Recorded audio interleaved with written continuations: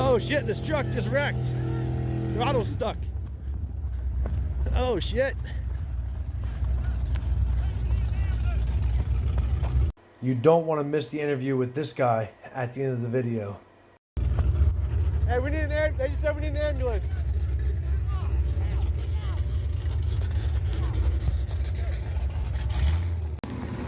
Guys, nasty scene. Somebody just passed out. I'm not really sure what just happened, but we gotta get an ambulance here now. Somebody just wrecked the truck, and I'm gonna try to keep people out of the way. There's an ambulance coming. I'm gonna try to clear it out.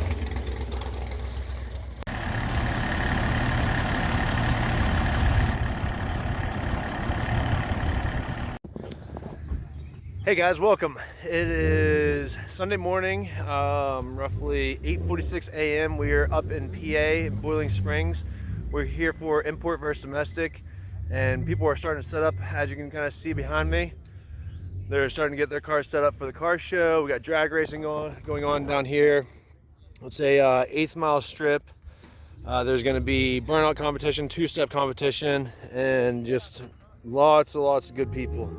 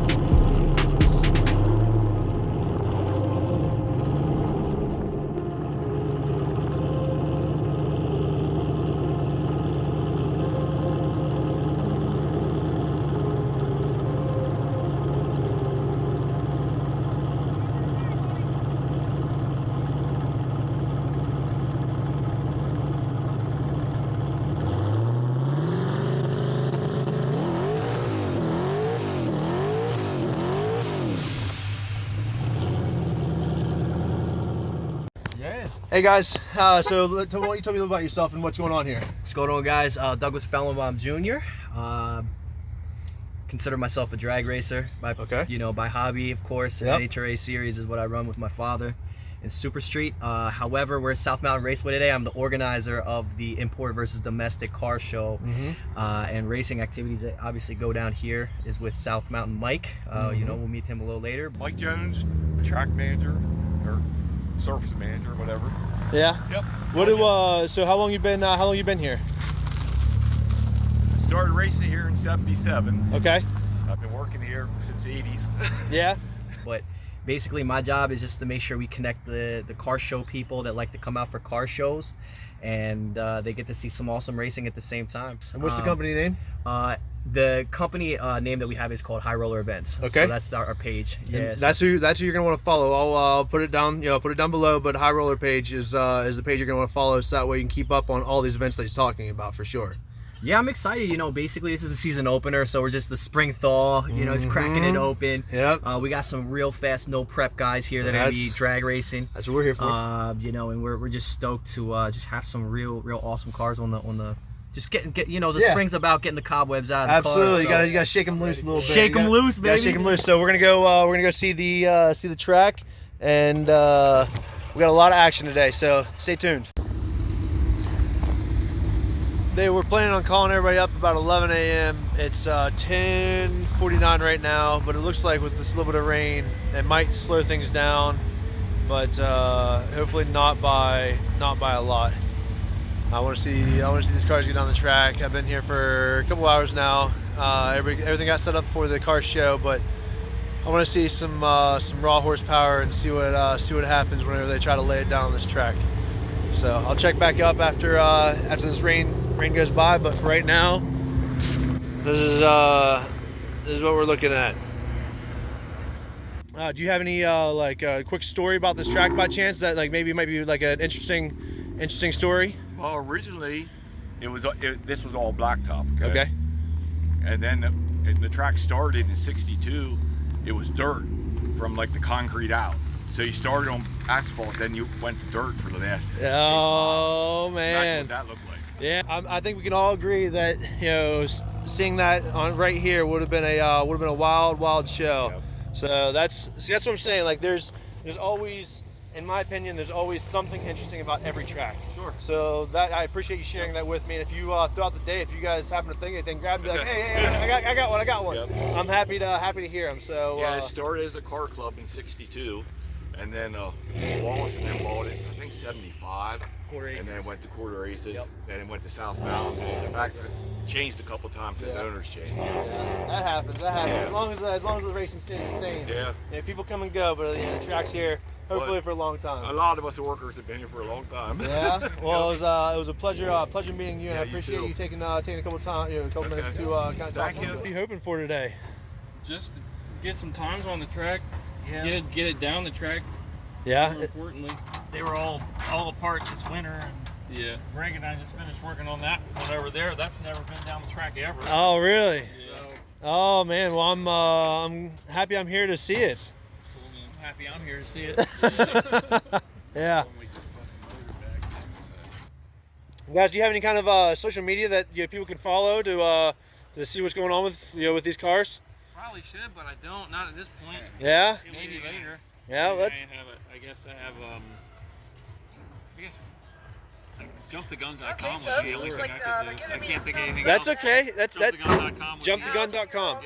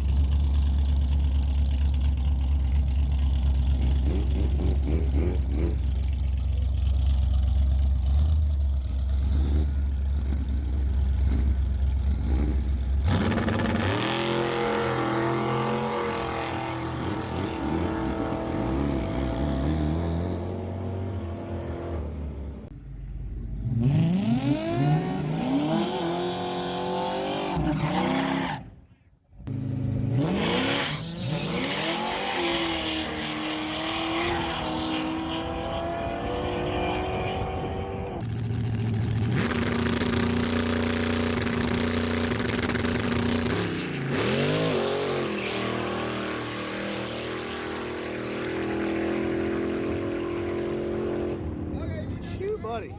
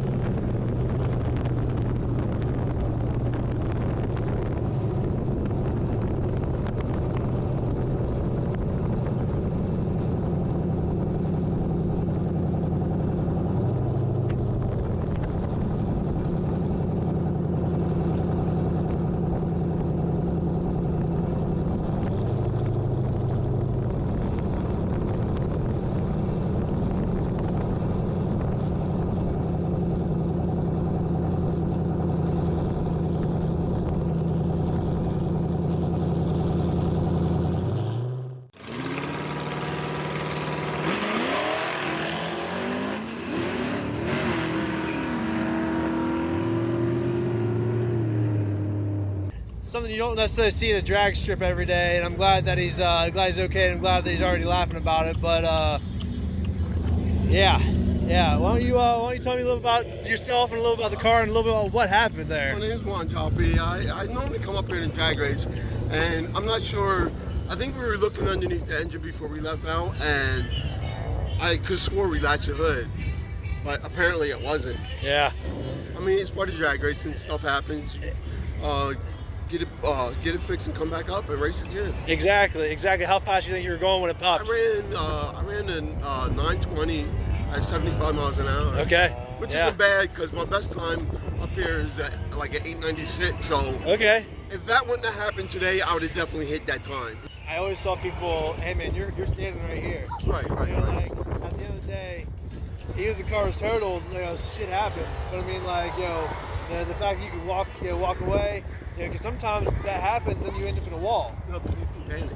Exactly. And what happened was when it happened, it went up and I caught it, and I was looking for the rail.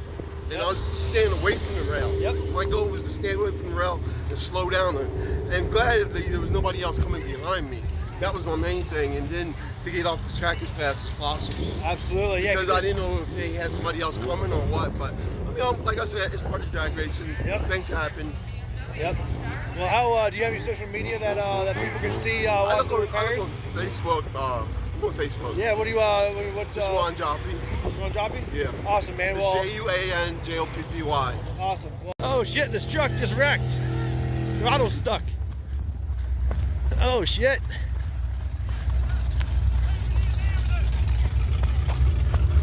Hey, we need an they just said we need an ambulance.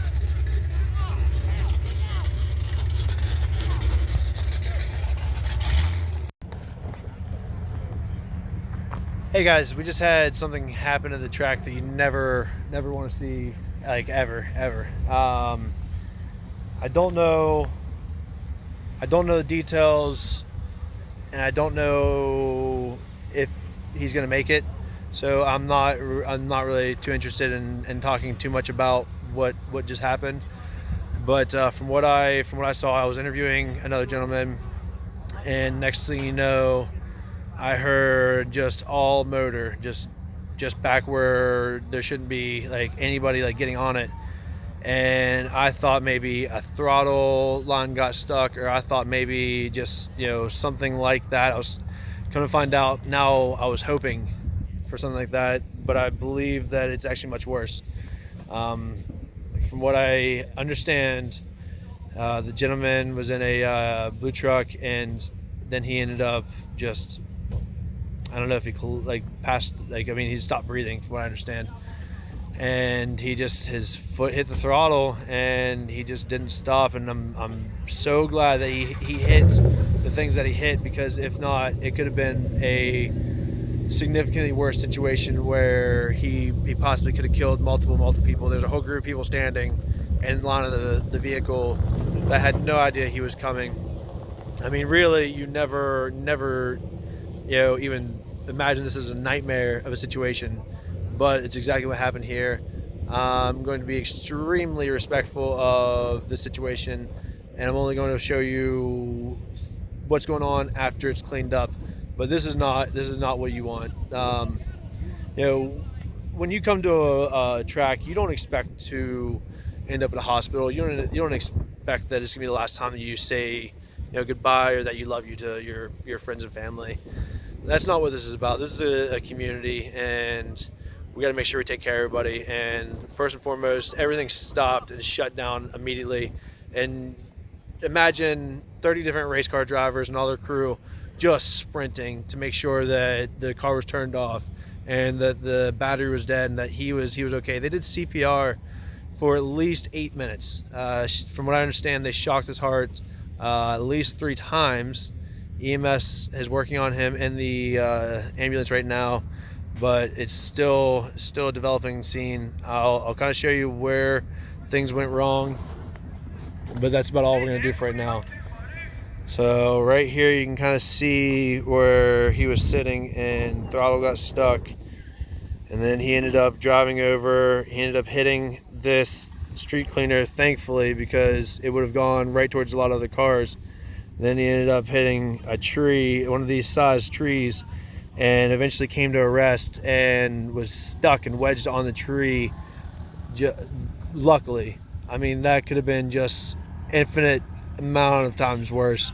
I actually regret running over, looking back, because if it wasn't for this tree, he very well could have hit me also, and there's nothing I could have done about it. I mean, full throttle muscle car. I mean, so he lost control up there. Thankfully hit this, I'm sure it weighs over 1,000 pounds, and spun around, ended up hitting that tree, and luckily got stuck on the tree because he would have been coming towards a lot more people. But it's about to start raining right now, so here we go.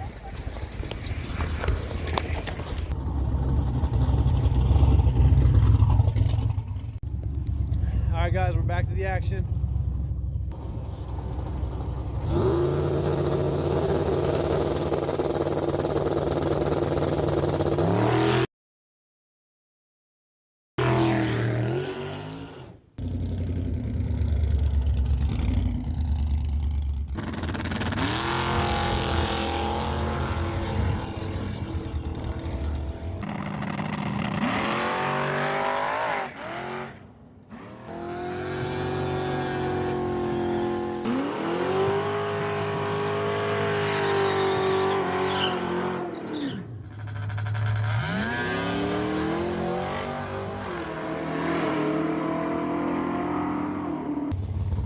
Guys, I will tell you, I've never in my life seen something like that.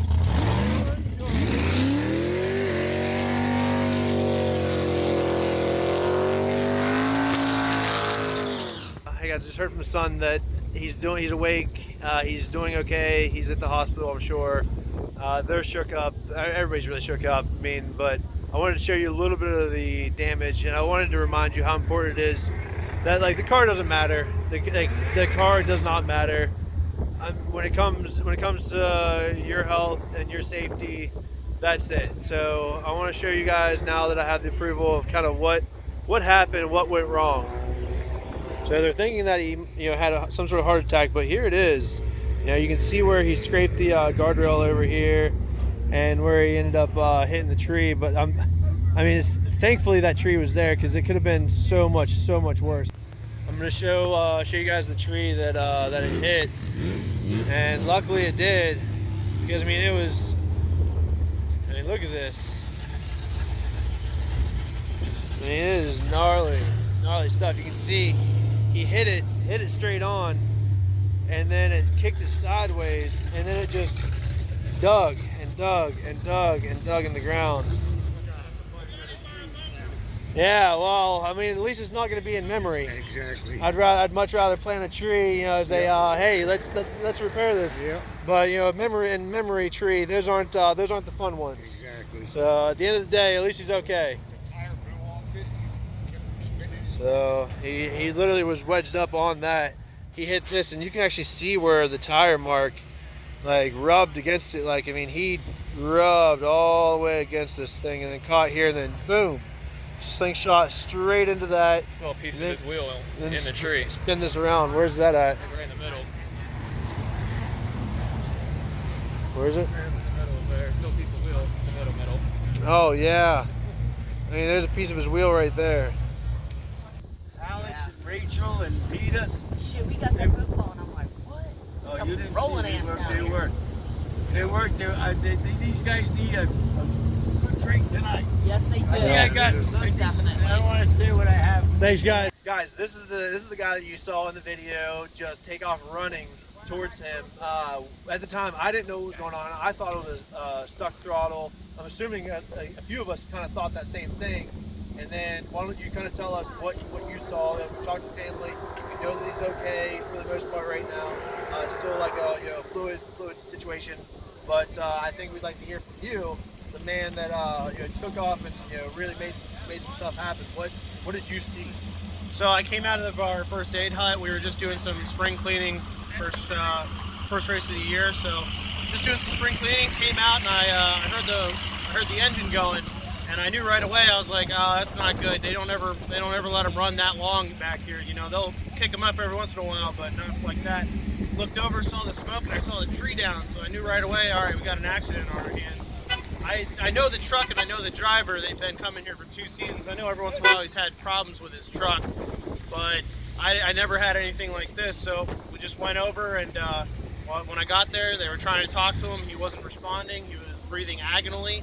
We got him out of the truck. We got him on the ground, checked pulses, found him to be pulseless and apneic. So we just started our basic life support CPR, and we shocked him 5 times, worked about 20 minutes. Luckily, when we were putting him back on the ambulance, he got his pulses back and started breathing spontaneously again. Then we handed him over to the wonderful people at Yale Breaches EMS, and the medic from Company 40, Cumberland Goodwill, came up. They transported him to a cardiac facility, and we handed him off. He was breathing and he had pulses. And from what I hear from the medic, they maintained that way all the way to the facility. So let's see, we had a great. It was honestly, we hate to say that something went really well. That was a bad situation like that. Very, very, very. But technically, me and my supervisor, Alex, it was perfect. It was exactly what we wanted to have happen. And I think this is a very important time to talk about. There are CPR classes available. There are classes that are a lot of free classes, typically by county health departments, that will teach you some of these same these scenarios that you just happen to be in front of. So I mean, it's very important to it's never expected. Nobody ever walks in here and they're like, "Yep, today's the day. Today's the day." I've been here for 4 seasons. This is the first time we've had a cardiac arrest. What would be a way that somebody, say if they're not around here, somebody search? Because that's a lot of tough issues for people is not knowing how to find this information. What would you recommend somebody searching to find a local spot to be able to? 100%. I recommend Googling any area ambulance company, emergency medical service company that's near you. If you just pop in Google ambulance company near me, give them a call. If they don't do it, which a lot of ambulance companies do, I work for an ambulance company in Shippensburg, they will take you right away. They'll say, hey, come in next week, we'll do a CPR class. If they don't do that though, if your local one doesn't, they'll know someone who does. Local fire companies as well put the call out. Yeah. It's something easy, it's an easy skill. We had a young man here, when I called out if anybody knew CPR, he came up, he said, I know CPR, and I said, awesome, you're gonna be my second man. And we just talked him through it. He was helpful. It was awesome. Absolutely. It's you never know if it's gonna be here, the side of the road, anywhere. So I mean, honestly, you guys are true heroes today. It was Part of the job. It's all part of the job, but there's a lot of people. If it would have hit that tree, it hit me. You could have been doing it. Could have hit anybody coming in through the gate. Exactly. It was, like I said, terrible situation. We never wanted to have happen, but it happened in the absolutely best way possible. I could not imagine it going any better than the way it did. Yeah, any smoother. Yeah, So 100%. you're part of that. So Thank you. You definitely get to enjoy your evening, guys. Make sure 100%. you follow his advice, learn this stuff. It's for everybody's own good, and we will see you guys after a while. We are heading back to West Virginia. See you, everybody.